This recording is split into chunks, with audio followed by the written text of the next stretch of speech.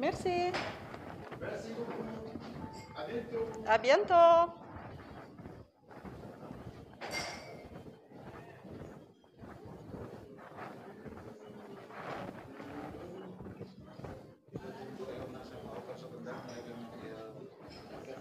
Oke.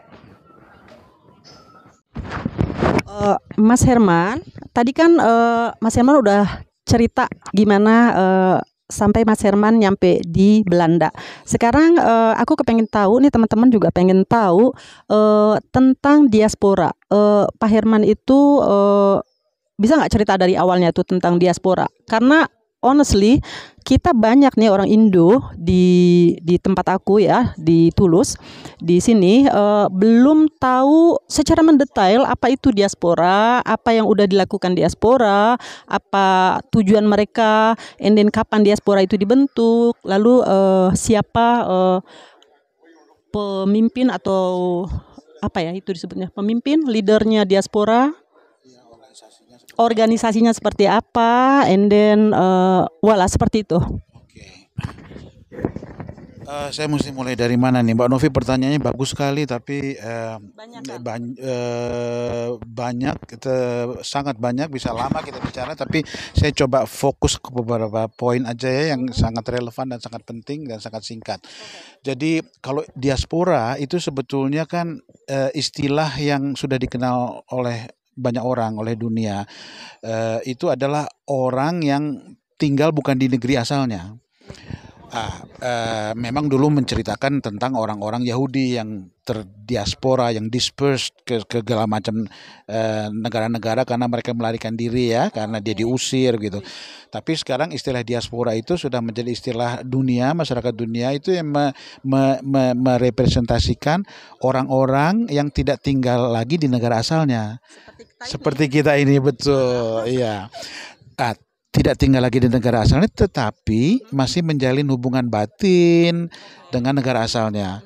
Bukan saja hubungan batin, tetapi juga lebih dari itu juga memberikan dukungan material ke negara asalnya, ke keluarganya, dan misalkan dalam bentuk finansial, betul. Juga itu benar sekali, guys. Betul ya. Terus kemudian juga bukan di samping finansial, misalkan juga ada yang memberikan bantuan kebutuhan misalkan untuk sekolah, ya, komputer, beasiswa. We did it, AAI. Iya betul. Jadi itulah dia diaspora. Jadi mereka yang sudah tidak tinggal lagi di negara asalnya, tetapi masih mempunyai hubungan batin dengan negara asalnya, bahkan lebih dari itu, memberikan bantuan-bantuan tadi. Nah, ceritanya itu tahun 2012 dan sebelumnya, beberapa tahun sebelumnya, di Amerika Serikat itu Duta Besar Indonesia namanya Dr. Dino Patijalal. Fenomena diaspora Indonesia ini yang tersebar di seluruh dunia, tapi masih menjaga hubungan dengan Indonesia, masih mencintai Indonesia. Nah, lalu terbetiklah dalam pikirannya dia bagaimana kalau kita mengadakan kongres. Di mana di dalam kongres itu idenya adalah ingin mengumpulkan, ingin mengkoneksi diaspora-diaspora, dalam hal ini diaspora Indonesia yang terserak di seluruh dunia itu melalui kongres itu dulu. Jadi mau dicoba dikonek satu sama lain supaya mereka bisa kenal satu sama lain, dan nantinya kalau mereka sudah kenal satu sama lain, apa yang mereka sudah lakukan untuk Indonesia itu bisa menjadi semakin lebih heboh, lebih hebat. Begitu ceritanya, begitu ya. Nah, akhirnya tahun 2012 itu Pak Dino Patijalal yang menggagas Kongres Diaspora Indonesia yang pertama itu di Los Angeles, yang dihadiri oleh sekian ribu orang dari beberapa negara di seluruh dunia. Saya nggak hafal jumlahnya. Itu yang menjadi cikal bakal dari suatu organisasi yang disebut Indonesian Diaspora Network. Nah, Indonesian Diaspora Network ini kalau saya tidak salah ingat, karena waktu di kongres yang pertama itu masih belum ada yang namanya Indonesian Diaspora Network, tapi itu baru kongres. Itu baru ada, atau paling tidak kepengurusannya baru dibentuk pada saat kongres yang kedua. Nah, itu kongres yang kedua itu adalah tahun 2013. Tahun 2013 itu di Indonesia. Istilahnya mereka mengambil tema diaspora pulang kampung. Jadi waktu itu memang banyak sekali diaspora dari berbagai macam penjuru dunia datang ikut dalam kongres yang kedua itu, termasuk saya dengan Elna dengan Oker dan juga beberapa dari Belanda. Kita ikut di kongres yang kedua pulang kampung itu. Nah, kongres yang kedua. Nah, di kongres yang kedua itulah dibentuk kepengurusan Indonesian Diaspora Network. Nah, presidennya yang pertama waktu itu adalah Muhammad Al-Arif dari Amerika. Nah, kemudian dibentuklah satu susunan pengurus yang disebut Executive Board IDN Global, yang anggota Executive Board itu berasal dari diaspora Indonesia dari berbagai macam dunia dan negara. Ada di setiap benua, Ada di 4 benua, iya betul. Nah, tetapi ini juga mungkin suatu kelemahan dari IDN ini sendiri, atau orang-orang yang berkecimpung di dalam memasyarakatkan ide Indonesian Diaspora Network ini, yang tidak bisa menjangkau atau mungkin belum menjangkau ke sebanyak mungkin diaspora Indonesia di seluruh dunia. Terbukti Novi sendiri belum begitu mendengar atau kurang-kurang ya. Aku ngelihat 2 kali. Iya, oke. Iya. Di Facebook. Iya. Belum lama ini ya. Iya. Terus aku udah ngelihat 2 kali di Facebook. Pertama kali itu bulan Mei kalau nggak salah, itu dari diaspora Jerman yang ngadain lomba kebaya. So aku bilang, aku ikutan, terus aku menang juga, juara 3.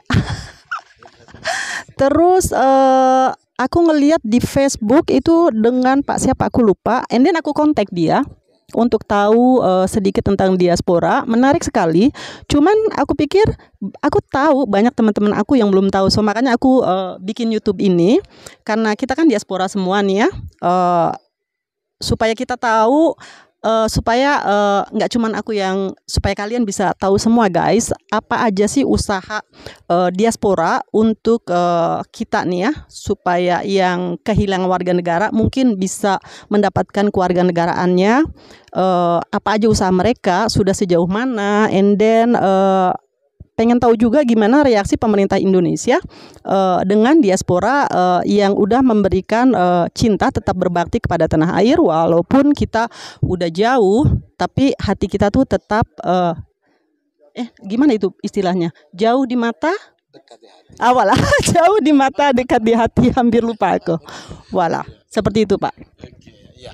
Baik, jadi begitulah di kongres yang kedua itu dirumuskanlah beberapa pekerjaan-pekerjaan atau rencana-rencana yang akan dikerjakan oleh Indonesian Diaspora Network Global ini bersama seluruh chapter-chapternya. Jadi chapter-chapternya itu adalah IDN Belanda misalnya, IDN Prancis kalau ada, IDN Jerman, IDN Amerika begitu ya. Nah, salah satunya ya barusan Novi mengatakan kewarganegaraan ganda.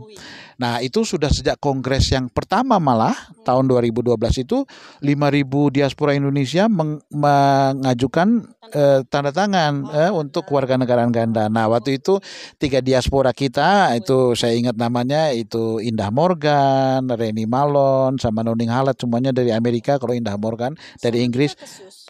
Kenal. Kenal. Kayaknya pernah dengar something Oke. Nah, mereka itu bertiga yang mengumpulkan tanda tangan itu, kemudian diserahkan kepada wakil ketua DPR atau ketua DPR, saya lupa, yang hadir di kongres yang pertama itu. Aku ingat sekarang. Ingat ya? Sekarang aku ingat. Oke. Nah, itulah awalnya di mana aspirasi kewarganegaraan ganda dari diaspora itu secara resmi didengar oleh Indonesia, oleh pemerintah kita, oleh wakil rakyat kita. Nah, di kongres yang kedua itu dimatangkan, difokuskan bahwa kita akan bergerak mencoba menggolkan kewarganegaraan ganda ini dengan tahapan misalkan nomor 1 membentuk fokus group discussion, itu disebutkan. Nah, tapi berjalan dengan waktu, waktu itu ada yang namanya Task Force Imigrasi dan Kewarganegaraan di IDN Global itu. Jadi si IDN Global ini ada memiliki berbagai macam task force, salah satunya task force imigrasi dan kewarganegaraan. Nah, saya menjadi anggotanya. Walaupun untuk tingkat Belanda saya juga menjadi anggota dan menjadi koordinator untuk Belanda. Jadi saya koordinator task force imigrasi dan kewarganegaraan IDN Belanda. Nah, untuk tingkat global saya anggotanya mensupport perjuangan task force global yang waktu itu diketuai oleh Indah Morgan tadi itu. Nah, tapi berjalan dengan waktu ya, jadi ada beberapa aktivitas untuk membuat cerita pendek itu akhirnya ternyata usaha untuk menggolkan kewarganegaraan ganda itu tidak mulus karena banyak mendapatkan hambatan di Indonesia. Ya, antara lain yang paling sering kita dengar adalah yang mengatakan ini bisa membahayakan pertahanan dan keamanan Indonesia. Ya, itu mereka takut diaspora itu bisa membahayakan Indonesia. Anyhow, kita tidak akan membicarakan itu dalam pembicaraan yang singkat ini karena nanti bisa lama. Tapi itu adalah kita melihat betapa banyaknya orang di Indonesia yang belum berpandangan positif terhadap kewarganegaraan ganda. Nah, itulah yang kita sekarang perjuangkan dan saya melanjutkan karena waktu itu ada problem di IDN Global dan task force juga berganti nama menjadi working group dan saya yang menjadi sekarang menjadi chairnya istilahnya. Jadi saya menjadi chair working ya di IDN Global itu mulai tahun 2015, 2017, 2019. Sorry, saya salah. 2019, 2021 dan 2021 ini saya masih dipercaya untuk menyelesaikan tugas working group yang belum selesai, yaitu membuat buku putih white paper mengenai perjuangan diaspora untuk kewarganegaraan ganda. Nah, kita mencoba menuliskan di dalam white paper itu kenapa diaspora Indonesia mengharapkan kewarganegaraan ganda? Apa dasar-dasar pemikirannya? Apakah ada contoh-contoh negara-negara lain yang menerapkan kewarganegaraan ganda? Kenapa mereka melakukan KG? Apa keuntungannya? Nah, itu kita buat sekarang. Kalau aku pikir ya Pak ya, aku ngelihat beberapa teman orang Asia yang punya warga negara double nationality, aku lihat mereka tuh lebih maju dari Indonesia. Kalau aku lihat, kalau menurut aku diaspora adalah warga negara aset bangsa yang sudah berhasil untuk menyesuaikan diri, beradaptasi dan sudah berhasil apa itu kalau bahasa Indonesianya kungkur itu bahasa Indonesianya apa? Berkompetisi ya. So, menurut aku diaspora adalah warga negara aset bangsa yang sudah berhasil beradaptasi dan berkompetisi dengan masyarakat internasional. So aku pikir kalau misalnya kita bisa mendapatkan warga negara Indonesia, itu justru Indonesia akan beruntung karena kita ini kan udah lama tinggal berkompetisi dengan masyarakat luar. Bukannya mau sombong pendidikan kita lebih tinggi, itu enggak, tapi pengalaman at least karena kita di negara maju kan. Terus kalau misalnya kita pulang ke negara kita berbakti ya, menyalurkan pengetahuan, itu kan akan membangun Indonesia. Aku pikir seperti itu loh. So kalau pemerintah itu memberikan kewarganegaraan yang pernah kita korbankan karena terpaksa, itu aku pikir akan memberi keberuntungan kepada bangsa itu sendiri dan akan memberi kebahagiaan. Bagaimanapun untuk kita itu kan ini ya, apa tuh akar? Apa bahasa Indonesianya? Akar? No, bukan akar. Larasin. Leluhur kita ya. However, walaupun kita misalnya udah mau jadi orang Belanda, tapi physically kita kan nggak pernah jadi putih kan. Tetap aja kita ya kulit Indonesia yang seksi ini. Betul. Walah seperti itu. Betul sekali. Oh, Betul sekali. setuju? Setuju sekali, ya memang betul. Jadi apa namanya, dengan memberikan kewarganegaraan ganda kepada kita yang sudah berganti kewarganegaraan, ada yang sudah berganti, ada yang belum, yang belum berganti kewarganegaraan itu karena dia bilang ya kalau saya ganti kewarganegaraan nanti hilang kewarganegaraan Indonesia saya nggak mau. Itu berarti kan cinta dia pada Indonesia. Itu salah satunya saya loh. Saya masih tetap Indonesia. Oke, sama saya juga. Sama. Iya, sama satu hati. Padahal kalau kita mendapatkan kewarganegaraan di mana kita tinggal, itu hidup kita sebetulnya lebih terjamin. Gimana? Maksud saya itu kita itu 100% itu sama dengan warga negara setempat kan. Hak kita itu dilindungi oleh negara 100%. Kalau kita ada apa-apa, salah apa-apa di mana-mana, negara akan melindungi kita. Dan dengan kita memiliki kewarganegaraan di negara kita tinggal, kita juga bisa misalkan kayak paspor Prancis, paspor Belanda, paspor Inggris, itu kemana banyak ratusan negara tanpa visa, itu memudahkan pergerakan kita. Nah, itu juga bagi orang yang cinta Indonesia, dia mengorbankan itu, kan sayang. Ya tuh, padahal kalau orang ini dia berkarirnya bagus di tempat dia bekerja dan dia menjadi bisnismen yang sukses atau menjadi manajemen atau lead position yang bagus di perusahaan dia bekerja, dia pasti akan sering dikirim kemana-mana traveling. Dan saya mendengar banyak sekali cerita di mana mereka harus mengurus berhari-hari untuk mendapatkan visa. Itu benar guys, aku udah pernah pengalaman sendiri. Awi, aku mau tanya nih ya, Pak Herman ya, Mas, sorry kok Bapak terus. No. Ini karena orang Indonesia kan harus menghormati, Mas Herman, aku mau tanya, apakah banyak diaspora Indonesia yang sukses di dunia internasional?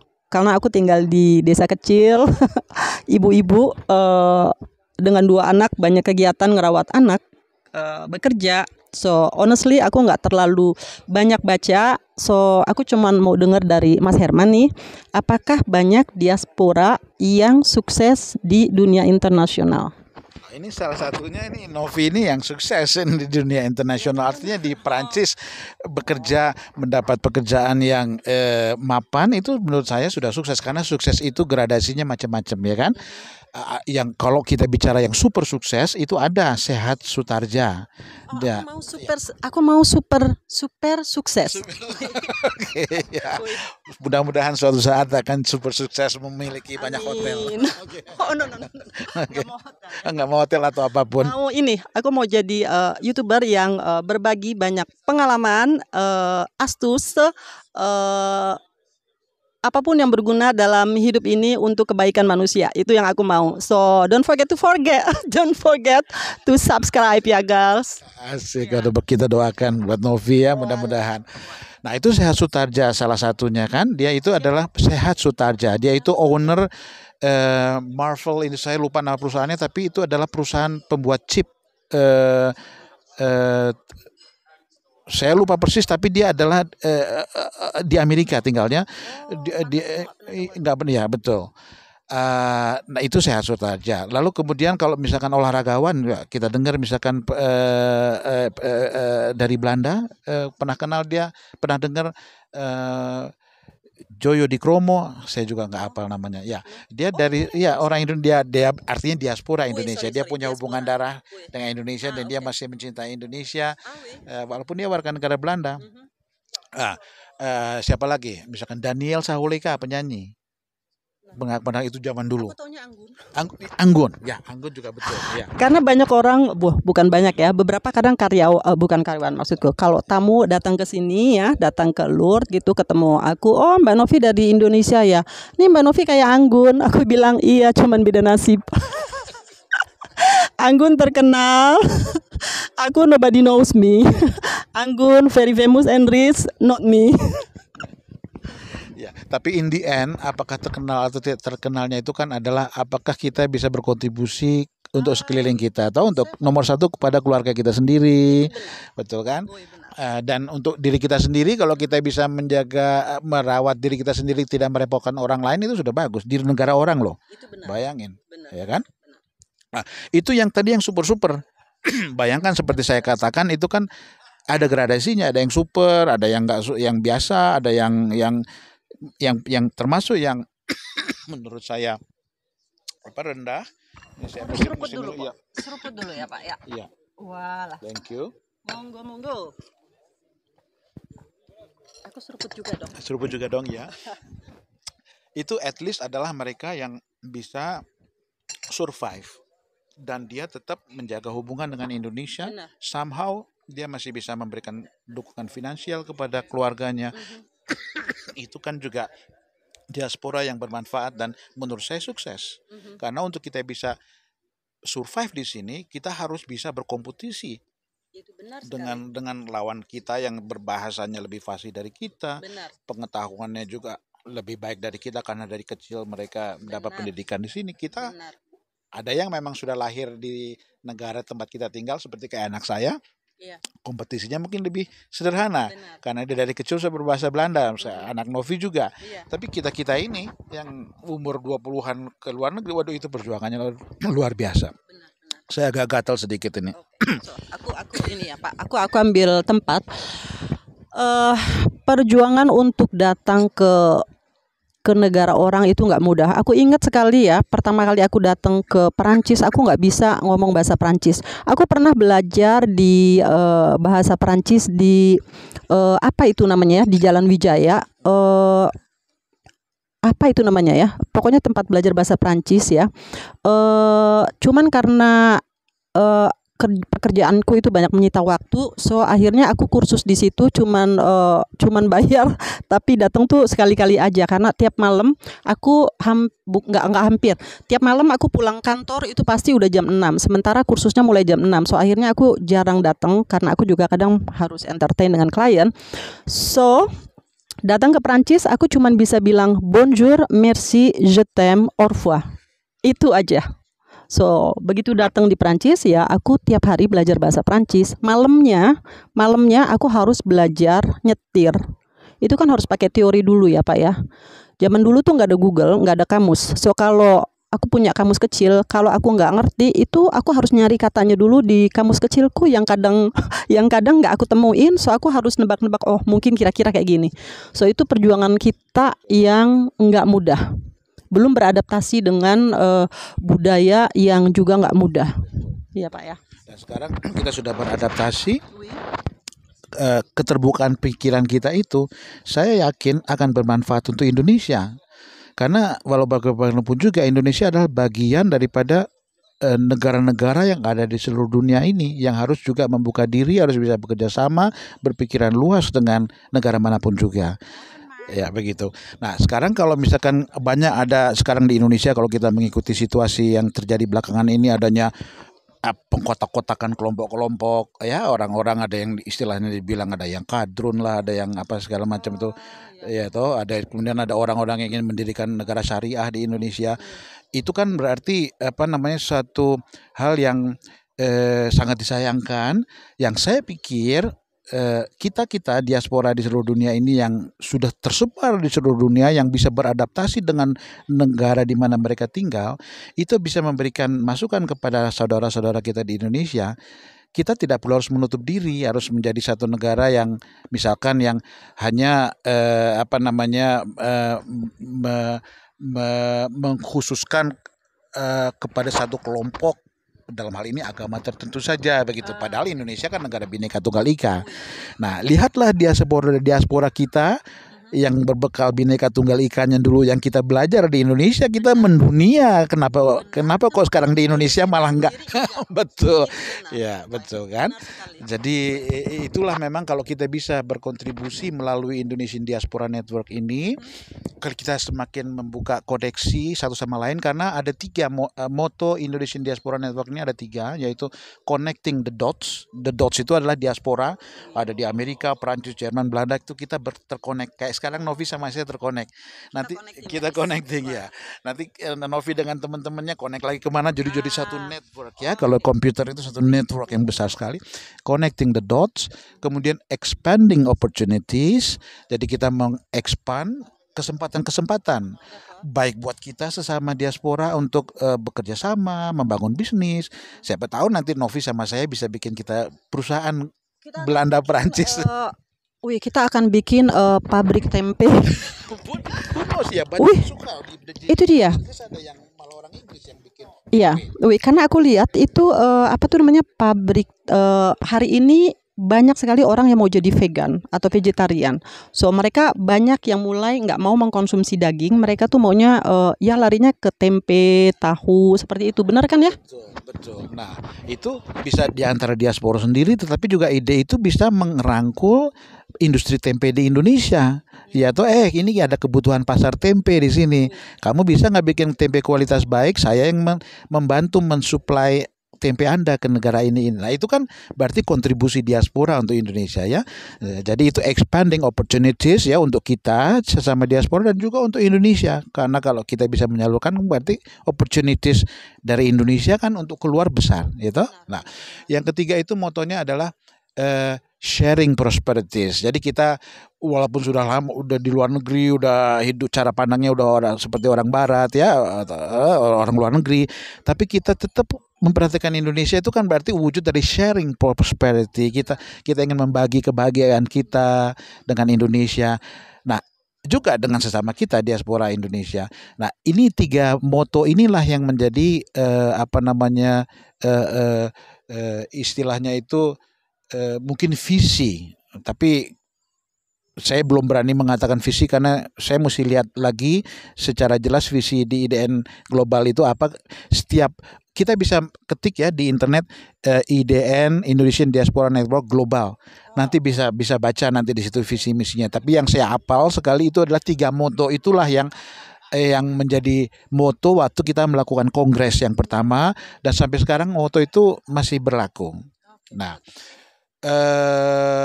connecting the dots, expanding opportunities, sharing prosperities. Nah, saya juga berani mengatakan ini karena saya juga dipercaya tahun 2017-2019 itu sebagai salah satu anggota Board of Trustee IDN Global. Board of Trustee itu tuh kalau kita lihat itu semacam komisarisnya lah. Jadi kalau Board of Trustee itu adalah board orang-orang yang menjaga atau sebagai pelindung, sebagai penjaga, sebagai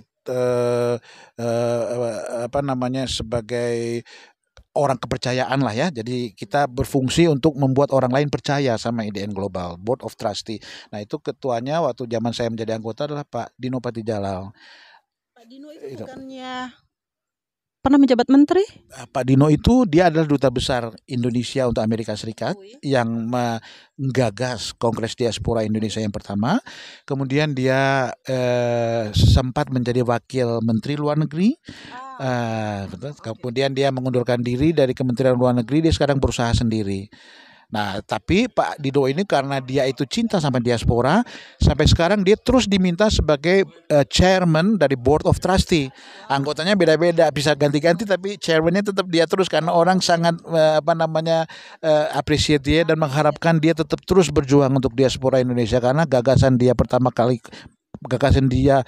karena dialah maka terjadi Kongres Diaspora Indonesia yang pertama. Jadi harapan diaspora terhadap dia tinggi sekali. Nah, kita berharap bahwa untuk tahun-tahun yang berikutnya Pak Dino ini juga salah satu yang tadi Novi tanya siapa nih diaspora yang hebat-hebat. Nah, Pak Dino ini salah satu juga yang selalu berusaha mencari atau menunjukkan ke Indonesia ini loh diaspora kita yang hebat-hebat di seluruh dunia. Walaupun menurut saya bahwa keberhasilan itu ada degradasinya.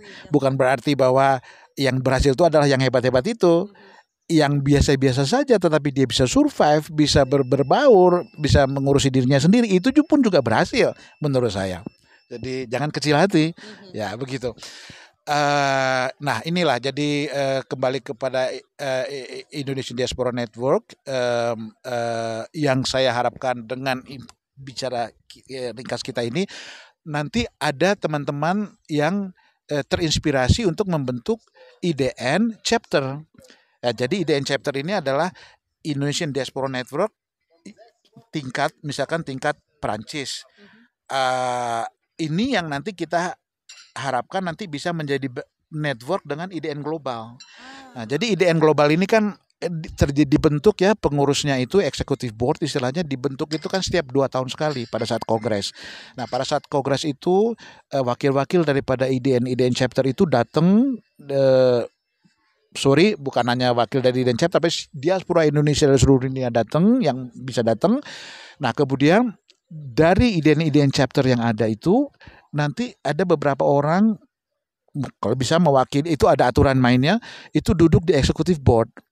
Nah harapan kita tentu saja IDN chapter ini semakin banyak sehingga jaringannya nanti yang terkoneksi semakin banyak semakin kuat, semakin kita bisa terkoneksi, semakin kita bisa mengekspand opportunity ya untuk kerjasama dengan diaspora dan juga membantu Indonesia mengekspor barang ke luar negeri dan juga men-share prosperity di antara kita dan Indonesia itu semakin lebih besar lagi.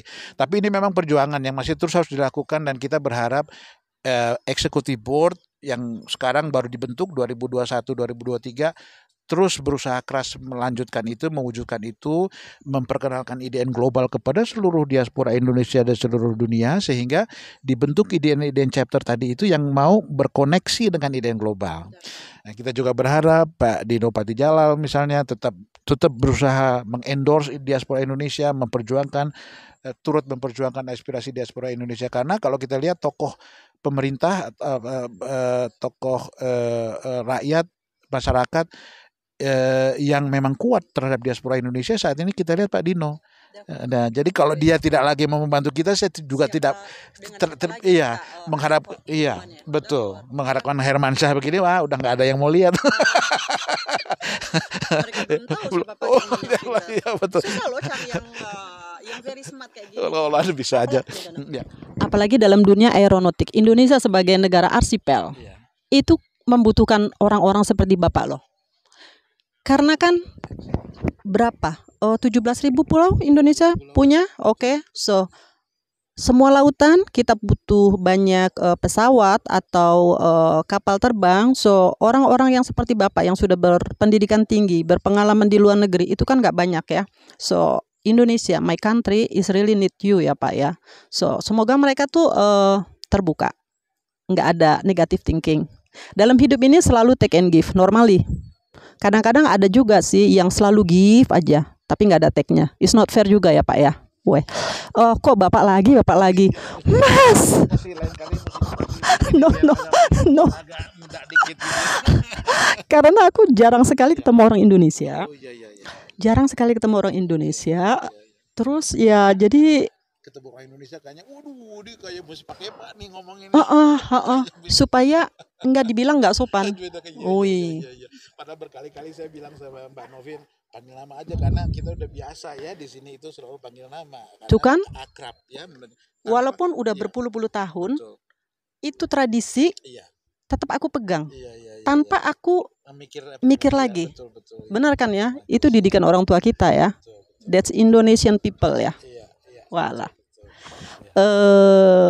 Kita ngobrol-ngobrol udah jam berapa nih Pak? Kayaknya kita harus pergi karena kan kita akan dinner bareng. Okay, it's time to go. So guys, aku akhiri dulu ngobrol-ngobrol kita kali ini dengan Mas Herman. Mungkin lain kali kalau ada umur, ada kesempatan kita bisa ngobrol lagi bareng. Kalau nggak dengan Pak Herman, mungkin dengan yang lain, diaspora dari negara lain atau dari Perancis saja aku belum tahu siapa. So sudah Mbak Jenny tuh, Jenny Buffet. Mbak Jenny, kalian harus nonton videonya Mbak Jenny karena Mbak Jenny itu adalah diaspora juga yang bukan main kerennya ya guys ya. Dia itu dosen terbaik di Perancis yang mendapat penghargaan tertinggi dari pemerintah Perancis dan dia itu sangat-sangat berbakti kepada Indonesia. Kalian harus nonton videoku deh ya kalau kalian mau lebih tahu lebih jauh tentang salah satu diaspora Indonesia yang berhasil di Perancis. Oke. Oh iya benar, teman SD ya Pak, di Menteng ya? Di SD. Voilà. Tuh kan? Setelah berapa puluh tahun kalian berpisah? Setelah 52 tahun, finally teman SD bisa ketemu lagi. Oh lala, unbelievable. Ya, karena dunia ini semakin kecil sekarang ya. So makasih udah nonton videoku. Jangan lupa guys, please subscribe karena aku butuh subscribe kalian ya. Aku butuh subscribe kalian untuk bikin aku lebih bermotivasi untuk berbagi pengalaman, pengetahuan, or hiburan, pokoknya apapun yang berguna. Thanks and bye.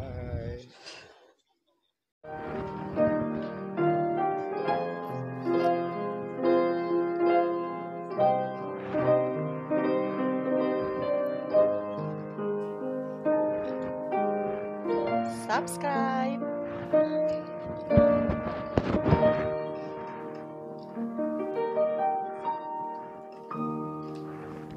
Bravo. Makasih Yoka. Sama-sama. Jangan lupa subscribe guys. Very nice.